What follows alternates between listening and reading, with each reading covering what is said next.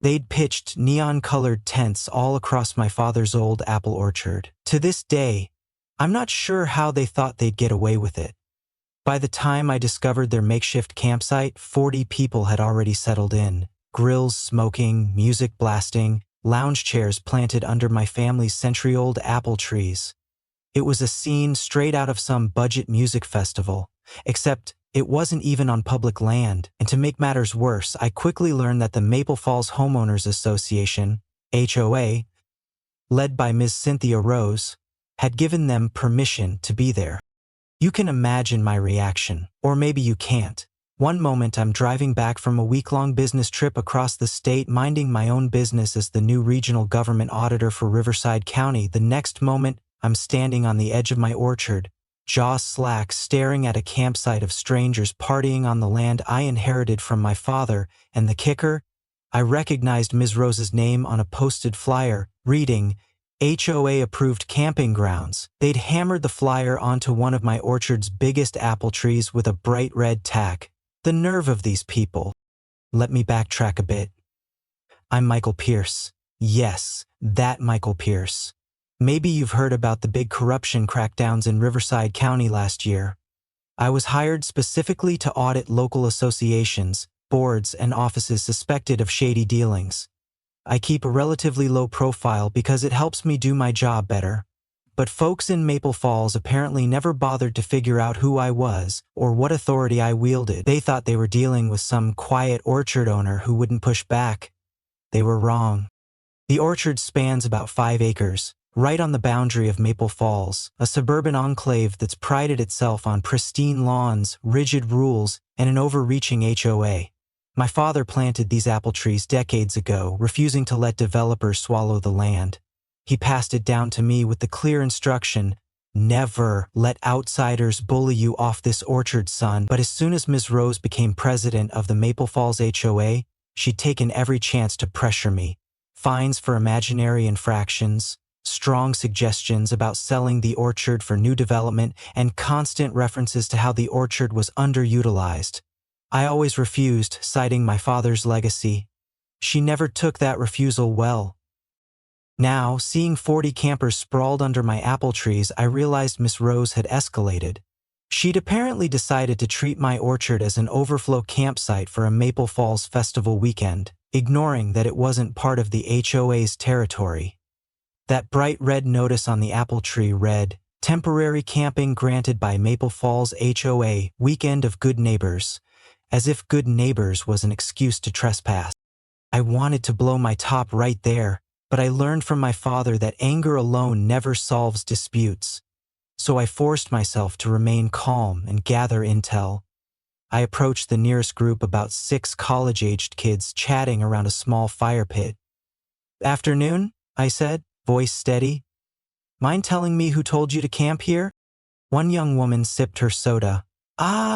Ms. Rose from the HOA. She said the orchard was open for the weekend. She told us to pitch tents anywhere except the row of older, fragile trees." She waved her hand around at the orchard. "We assumed the orchard belonged to Maple Falls, or at least they had permission." I gave a humorless chuckle. "Well, they don't.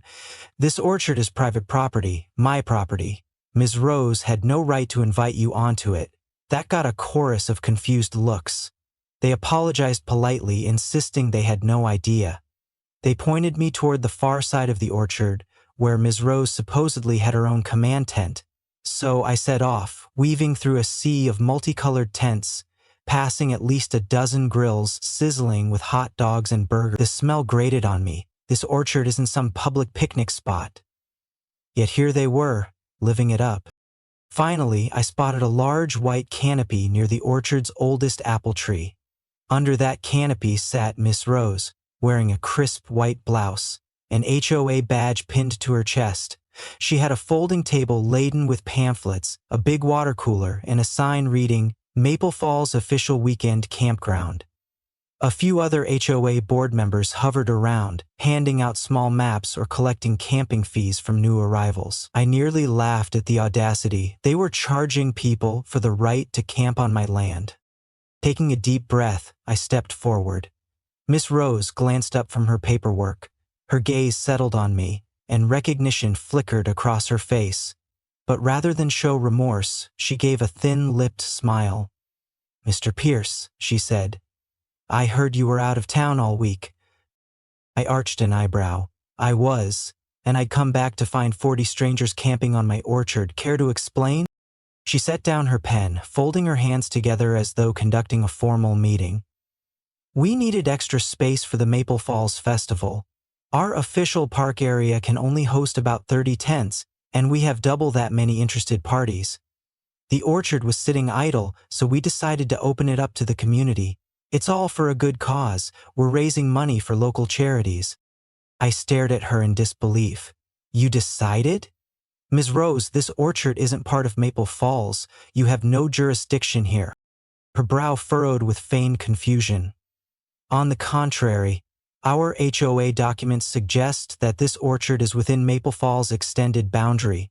We even have old surveys indicating it might be partial common land. Obviously, we can discuss the finer details later, but for now, the campers are here and they've paid a fee. Disrupting them might create a scene." I nearly laughed out loud at the gall. "Old surveys? Miss Rose, my father bought this orchard outright decades ago. I have the deeds. But you know that? This orchard's never been under Maple Falls." She shrugged with forced politeness. "I suppose we'll see. Our lawyers have different opinions. Meanwhile, if you cause trouble, you'll be the one facing public backlash for uprooting a charity event. I suggest you let the weekend proceed in peace." So there it was, her play. Bully me into letting these trespassers stay, or risk being labeled the Orchard Grinch. "We'll talk more soon," I said, voice tight. "But, Ms. Rose, you're making a grave mistake." She didn't respond, simply turned her attention to a new arrival handing her a crisp $20 bill for campsite fees. I walked away fuming. The orchard was dear to me for so many reasons. Memories of my father planting trees, summers picking apples to sell at local farmers markets. Now it was overrun by tents, random strangers, and Miss Rose's smug sense of entitlement. I wanted to call the police immediately, but I also recognized Miss Rose's tactic. If a huge confrontation erupted, these unsuspecting campers might become unwitting pawns in her publicity game. She'd spin it as me harming charitable campers. Possibly local headlines would read, "Landowner shuts down festival, displaces families and students." That might hamper the investigation I was quietly leading as the new county auditor. An investigation that included Maple Falls HOA finances. Yes, ironically, Miss Rose was already on my radar for potential fund mismanagement and shady fee collections. She clearly had no idea I was the new auditor assigned to examine associations across the region. I decided to gather evidence carefully, let Miss Rose think she'd won for the moment. Meanwhile, I snapped photos of the campers, the tents, the sign reading HOA official campsite, and Ms. Rose collecting money. Then, I contacted my friend and attorney Marcus Reed, explaining the trespass situation. He advised caution. If you forcibly evict them, Ms. Rose might spin it against you. Document everything, bide your time, then strike legally once they've left. That night, I tried to sleep in my small farmhouse at the orchard's edge, but the distant chatter, guitar strumming, and occasional fireworks from the campsite kept me awake. My orchard had turned into a carnival of sorts. Someone even put up string lights between apple trees. The next morning, I found a couple of campers wandering onto my porch, looking for an electrical outlet to charge their phones. Unbelievable. They apologized when I confronted them, saying Ms. Rose told them it was fine to use the orchard caretaker's porch. That caretaker was me, the actual owner. The disrespect made my blood boil. Still, I kept my composure, filming short clips of their confusion. This was exactly the kind of evidence I needed. Proof Ms. Rose was lying about property lines and actively misinforming these campers. By midday, I learned Ms. Rose planned a small concert that evening on orchard grounds, complete with a stage set up near the orchard's southern slope. She had apparently posted invites on local social media, encouraging more folks to join. The trespassing spree was about to get bigger. I decided it was time to flex my other authority, my position as Riverside County's new government auditor. I made a few calls to the planning department, local environmental agency, and even the fire marshal's office. If Ms. Rose was hosting a large event, she'd need various permits. If she'd lied about the orchard's ownership, that put her in direct violation of county codes. Each call revealed Ms. Rose hadn't filed any official permit or safety plan. Even better for me, the county's environment codes require strict guidelines for large gatherings near farmland, particularly if orchard chemicals or irrigation lines are present. Ms. Rose was ignoring all of that. Quietly, I lined up a multi-agency inspection for the next afternoon. Then, I let Ms. Rose proceed with her concert. After all, the more she committed to these illegal gatherings, the deeper the HOA would sink. That evening, I watched from a distance as a small stage took shape. About a dozen more tents popped up. Ms. Rose flitted around in a crisp blouse, collecting donation money in a big jar labeled Neighborhood Goodwill Fund. I overheard her telling some group that the orchard's original owner had effectively donated the land to Maple Falls. A blatant lie. It was tough to see the orchard overrun this way, but I reminded myself this might be a golden opportunity to not only reclaim my land, but expose Ms. Rose's shady operations. As the new county auditor, I had the authority to freeze HOA accounts if I found evidence of illegal fund usage or unpermitted events. Ms. Rose had no idea the man she was messing with had such power. When the next afternoon arrived, I stood by discreetly as a caravan of county officials approached, fire marshal, environmental inspector, and a local sheriff's deputy for good measure. The orchard was buzzing with campers preparing for the final closing concert. Ms. Rose was at her canopy, as usual, flipping through papers. She froze as soon as she saw the officials march in. "Good afternoon," said the environmental inspector, stepping forward. "We received a report about a large event on farmland. May we see your permits and land use authorization?" Ms. Rose, visibly rattled, tried to put on a confident smile. "Of course. We have all the documents. This is Maple Falls HOA territory. Let me just—" She rummaged through a folder, pulling out some printed pages. I recognized them as worthless old planning drafts that the HOA used when discussing expansions, nothing official. The environmental inspector frowned. "These aren't recognized county permits. And you're apparently encroaching on private property that's not part of Maple Falls. The orchard belongs to Mr. Michael Pierce. Did you secure his written consent?" Ms. Rose's face paled. She stammered, We have reason to believe the orchard is within Maple Falls' boundary." The inspector exchanged a glance with the fire marshal. The sheriff's deputy piped in, "I reviewed the property records this morning. The orchard is definitely not Maple Falls' land." "Ms. Rose, you're hosting a major event on private property without the owner's permission. That's trespassing." The entire campsite fell silent as the campers watched this confrontation. Ms. Rose tried to maintain composure. "Let's be reasonable. We're nearly done with the event. It's for charity, no harm done." The environmental inspector gestured around. "We see potential contamination of orchard soil, possible damage to trees, open flames near farmland. That's not no harm. Unless you produce valid permits and the owner's approval, we have grounds to shut this down immediately." In that tense moment, Ms. Rose spotted me, arms folded, standing behind the officials. A flicker of realization crossed her face. She marched over, voice quivering with anger. "Mr. Pierce, did you orchestrate this ambush? Are you so petty you'd call the county on your own neighbors?" I met her glare calmly. "Neighbors don't lie about property lines. Neighbors don't let 40 strangers camp on someone else's orchard without permission," she hissed. "We'll see about that. I've got high connections in local government, you know. Don't think you can just bully the HOA." I said nothing, simply offered a tight smile. The environmental inspector turned to me. "As the rightful owner, do you want this campsite cleared?" I nodded. "Yes, they've been trespassing for days. I'm done tolerating it." Miss Rose spluttered, stepping back to huddle with a couple of board members. Meanwhile, the sheriff's deputy prepared to read an official notice to vacate.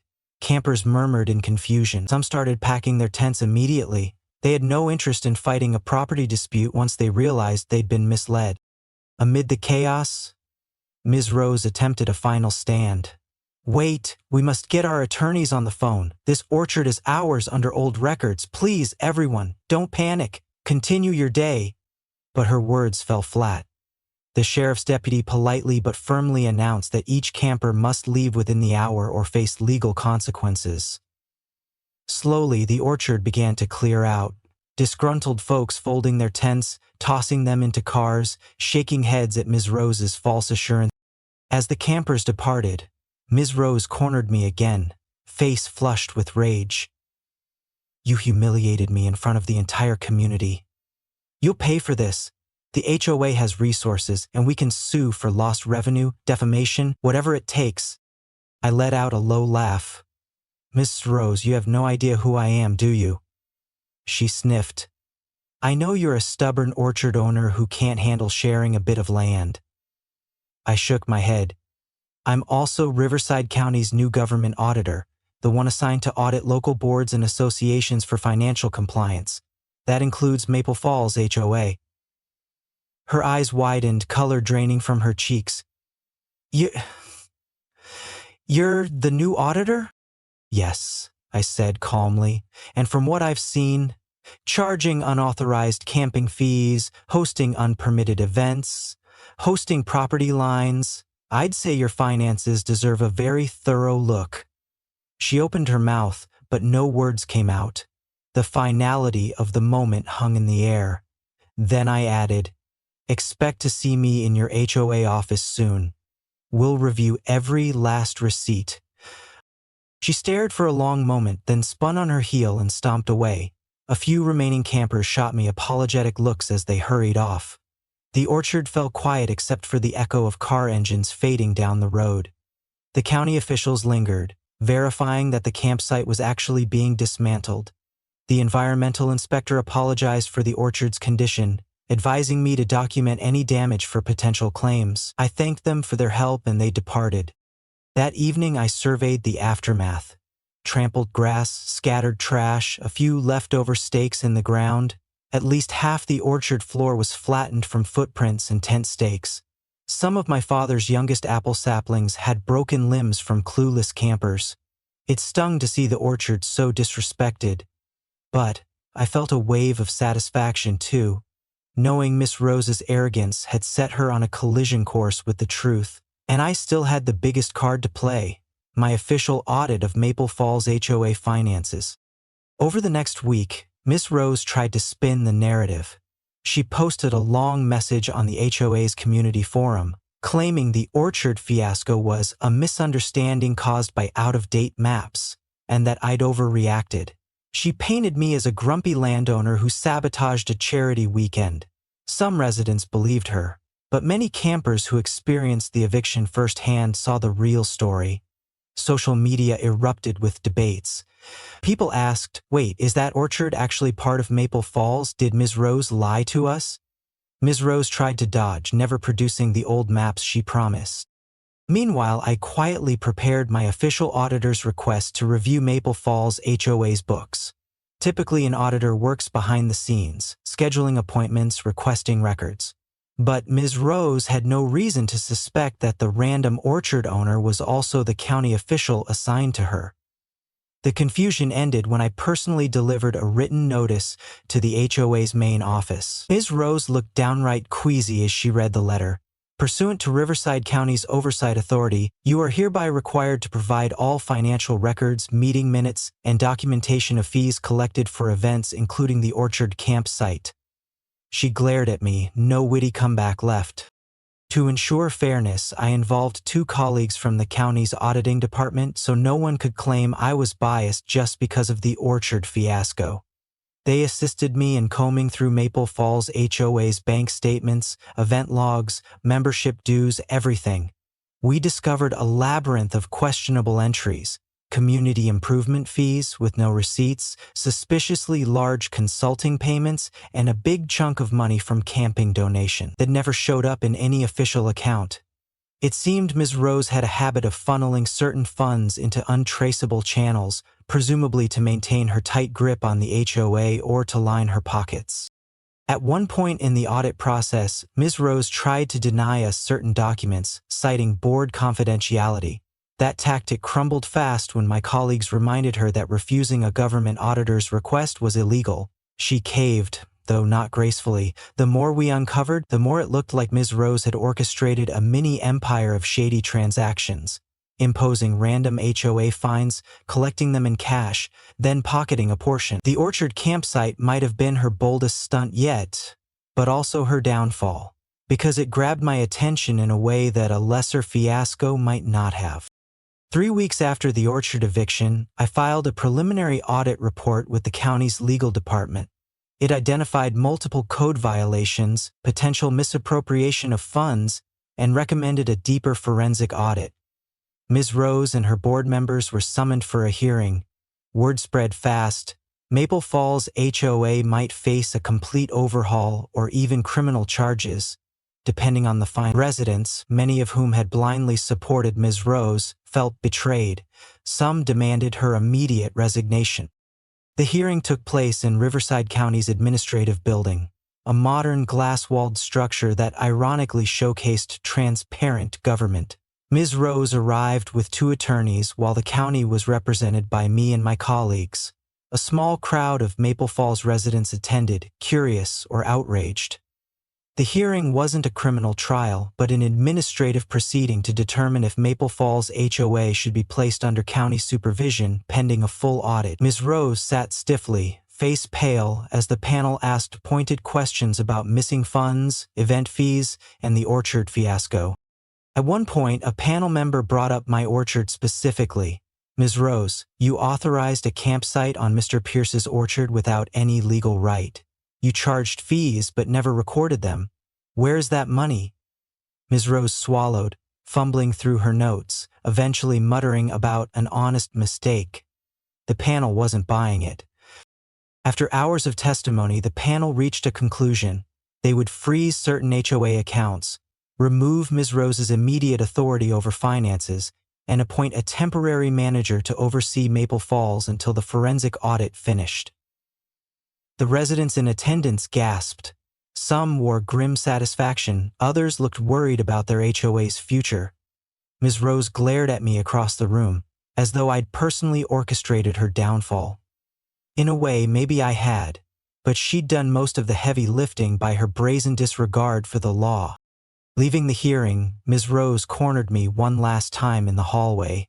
"You," she said, voice low and trembling with anger, "you used that orchard nonsense to bury me. You're no orchard caretaker. You're a snake." I regarded her calmly. "I am the orchard caretaker, Ms. Rose. I also happen to be the county's new auditor. If you'd respected my property from the start, maybe you wouldn't be in this mess." She opened her mouth, but no words came out. Shoulders sagging, she turned away. Her attorneys guided her toward the elevator, likely discussing next steps. I suspected they'd try to negotiate or claim ignorance, but the evidence was too strong.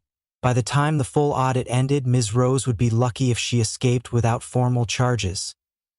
As for Maple Falls HOA, new leadership would likely take over, hopefully restoring some honesty to the association. When I returned to my orchard that evening, the lingering signs of the campsite had mostly faded. No more tents, no more trash. I'd spent days raking, replanting crushed sections of grass, pruned a few trees that had broken branches. The orchard wasn't fully back to its old self, but it was on the mend. In the golden light of sunset, I strolled among the rows of apple trees, thinking of my father. I'd kept his legacy safe from Miss Rose's brazen land grab, and in doing so exposed a bigger scheme. If he were alive, he'd probably laugh at how Miss Rose had inadvertently revealed her entire operation by messing with the orchard. That night, a neighbor from Maple Falls, an older gentleman named Mr. Davis, knocked on my door. He apologized on behalf of many residents who'd assumed Miss Rose was telling the truth about the orchard. He admitted they'd admired the orchard from afar but never realized it was privately owned.